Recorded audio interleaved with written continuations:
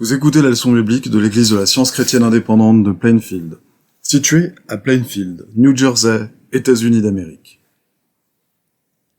Leçon du dimanche 1er mai 2022. Sujet: châtiment éternel.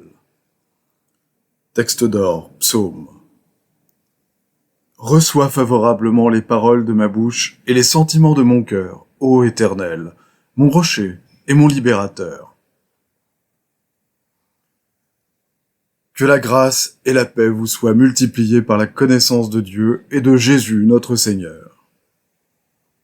Comme sa divine puissance nous a donné tout ce qui contribue à la vie et à la piété, au moyen de la connaissance de celui qui nous a appelés par sa propre gloire et par sa vertu, lesquels nous assurent de sa part les plus grandes et les plus précieuses promesses, afin que par elles vous deveniez participants de la nature divine, en fuyant la corruption qui existe dans le monde par la convoitise.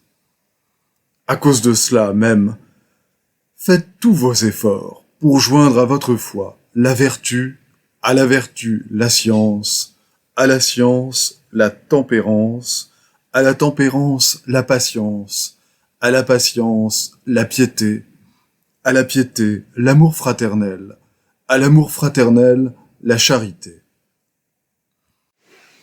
Car si ces choses sont en vous, et y sont avec abondance, elles ne vous laisseront point oisifs ni stériles pour la connaissance de notre Seigneur Jésus-Christ.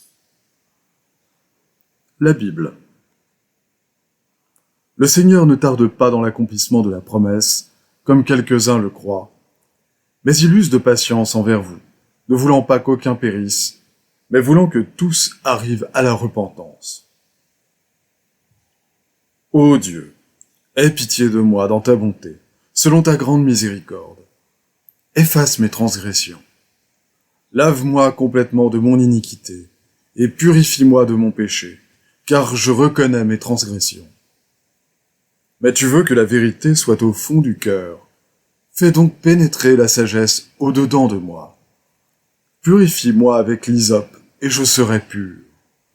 Lave-moi, et je serai plus blanc que la neige. Annonce-moi l'allégresse et la joie. Ô Dieu, crée en moi un cœur pur, renouvelle en moi un esprit bien disposé. Ne me rejette pas loin de ta face, ne me retire pas ton Esprit Saint.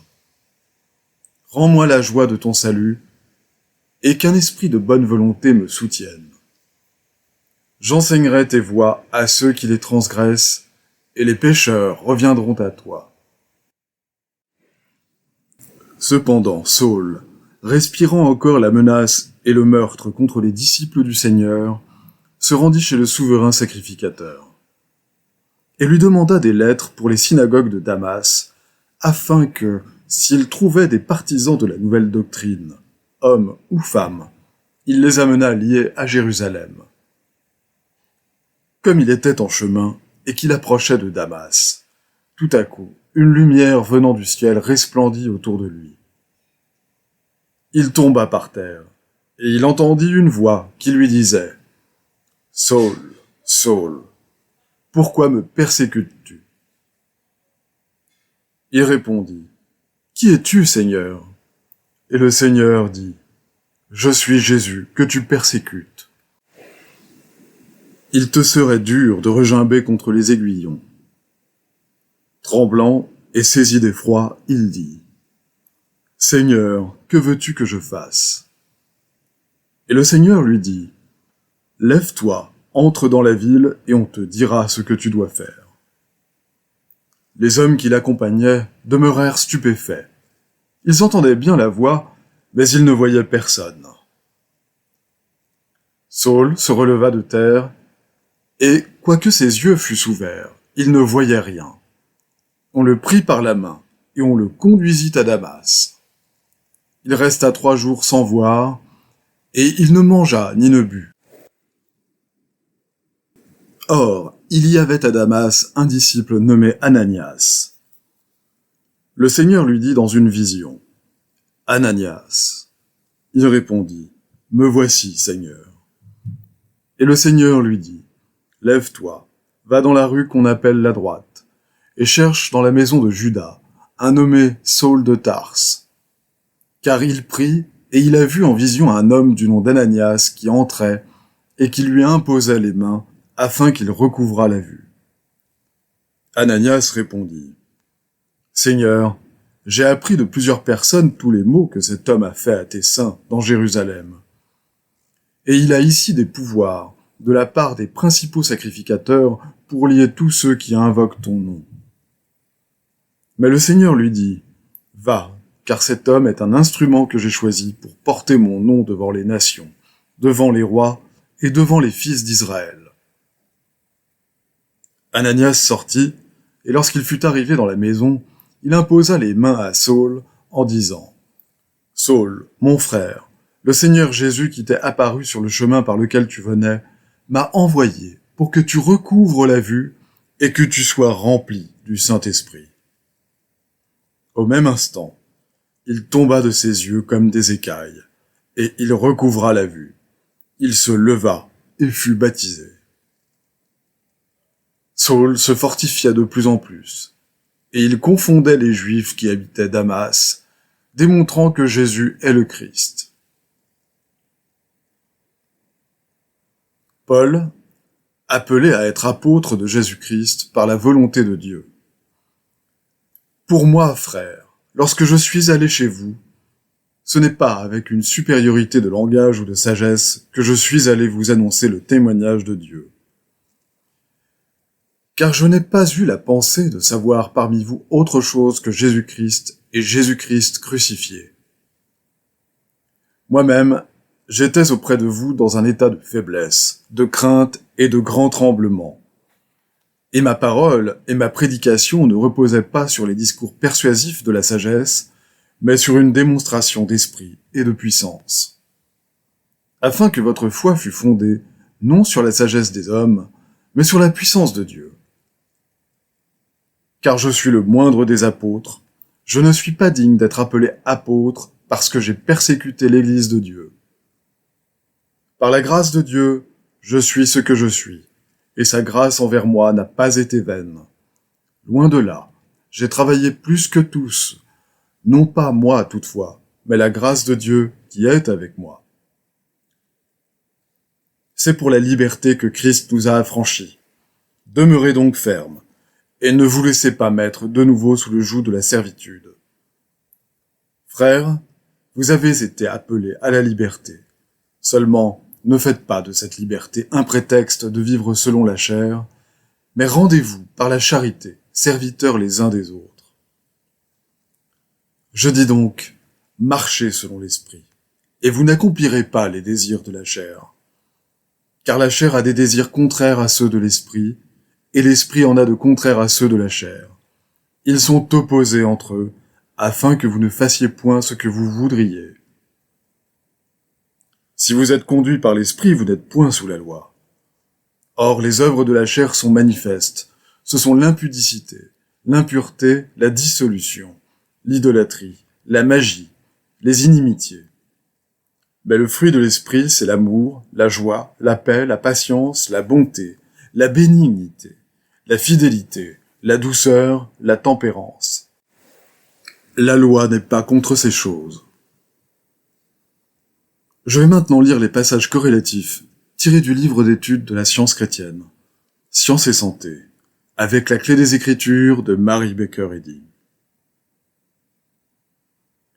Le dessein de l'amour est de réformer le pécheur. Causer la souffrance comme conséquence du péché, c'est le moyen de détruire le péché. Tout prétendu plaisir dans le péché entraînera plus que son équivalent de douleur, jusqu'à ce que la croyance à la vie matérielle et au péché soit détruite. Pour atteindre au ciel l'harmonie de l'être, il nous faut comprendre le principe divin de l'être. Qui cessera de commettre le péché tant qu'il croira au plaisir du péché? Dès que les mortels admettent que le mal ne procure aucun plaisir, ils s'en détournent. Effacez l'erreur de la pensée, et l'erreur ne se manifestera pas. Le penseur avancé et le chrétien sincère soutiendront la guérison chrétienne et sa science, car ils en perçoivent l'étendue et le but, Un autre dira, « Pour le moment, retire-toi. Quand j'en trouverai l'occasion, je te rappellerai. » À moins que l'harmonie et l'immortalité de l'homme ne deviennent plus évidentes, nous n'obtenons pas la vraie idée de Dieu. Et le corps reflètera ce qui le gouverne, que ce soit la vérité ou l'erreur, la compréhension ou la croyance, l'esprit ou la matière. Donc, connais-le dès maintenant et sois en paix. Veillez, soyez sobres et vigilants. Le chemin qui mène à la compréhension que Dieu est la seule vie est droit et resserré. C'est un combat avec la chair dans lequel il nous faut vaincre le péché, la maladie et la mort, soit ici-bas, soit dans l'au-delà, certainement avant de pouvoir atteindre le but de l'esprit, la vie en Dieu. Au début, Paul n'était pas un disciple de Jésus, mais il persécutait ceux qui suivaient le Maître. Lorsque la vérité lui apparut dans la science, Paul en fut aveuglé et son aveuglement se fit sentir. Mais la lumière spirituelle lui permit bientôt de suivre l'exemple et les enseignements de Jésus en guérissant les malades et en prêchant le christianisme dans toute l'Asie mineure, en Grèce et même dans la Rome impériale.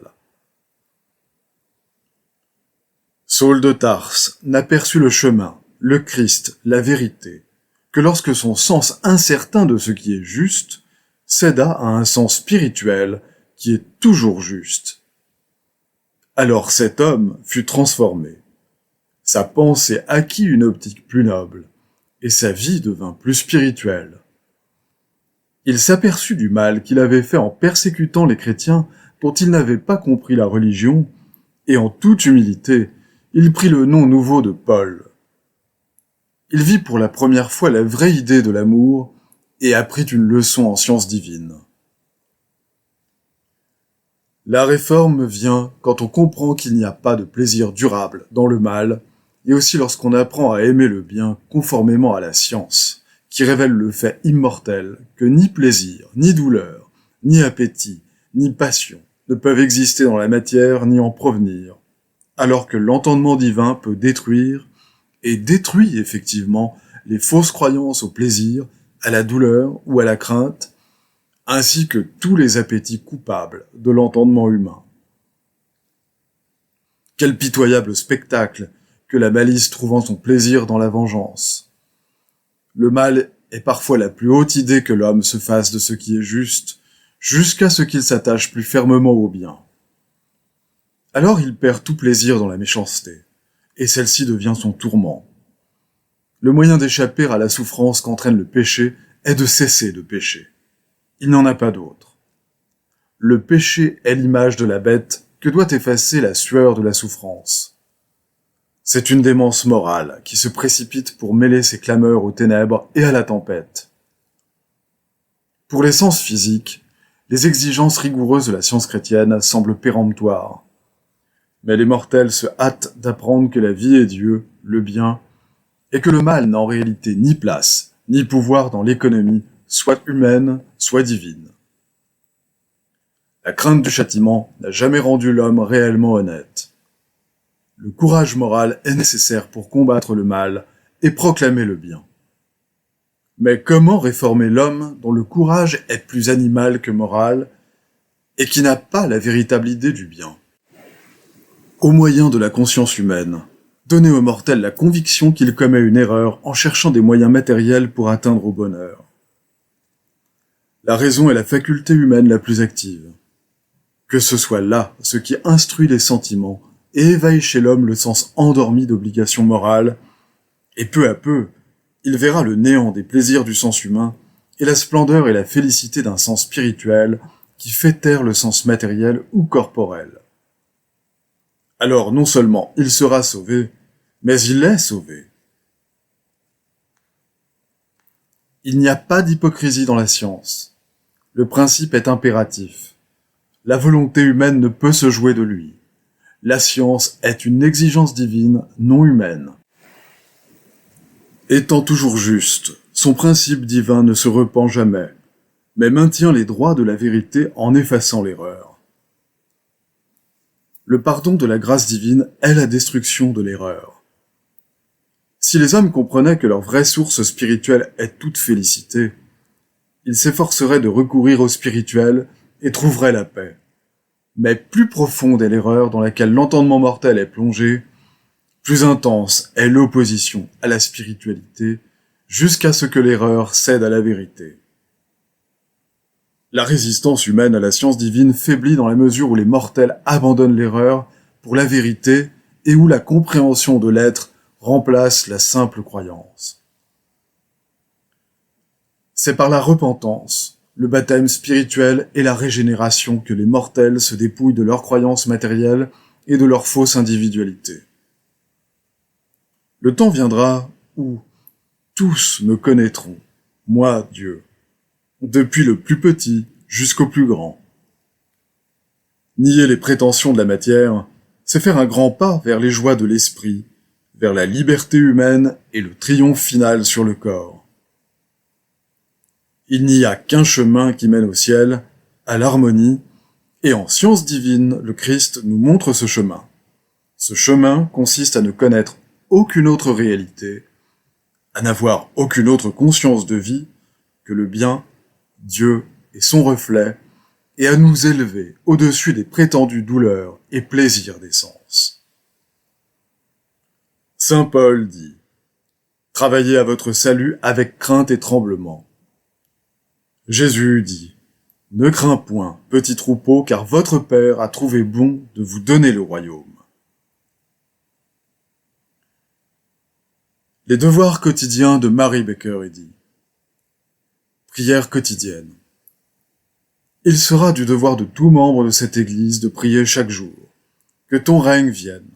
Que le règne de la vérité, de la vie et de l'amour divin soit établi en moi et élimine de moi tout péché. Et puisse ta parole enrichir les affections de toute l'humanité et la gouverner. Règles pour les mobiles et les actes. Ni l'animosité, ni un attachement purement personnel ne doivent déterminer les mobiles ou les actes des membres de l'Église mère. Dans la science, l'amour divin seul gouverne l'homme, et un scientiste chrétien reflète les douces aménités de l'amour en réprouvant le péché et en manifestant un véritable esprit de fraternité, de charité et de pardon. Les membres de cette Église doivent journellement veiller et prier pour être délivrés de tout mal, pour ne pas prophétiser, juger, condamner, conseiller, influencer ou être influencé d'une manière erronée. Vigilance face au devoir. Il sera du devoir de chaque membre de cette Église de se défendre journellement contre la suggestion mentale agressive et de ne pas se laisser entraîner à oublier ou à négliger son devoir envers Dieu, envers son leader et envers l'humanité. Par ses œuvres, il sera jugé et justifié ou condamné.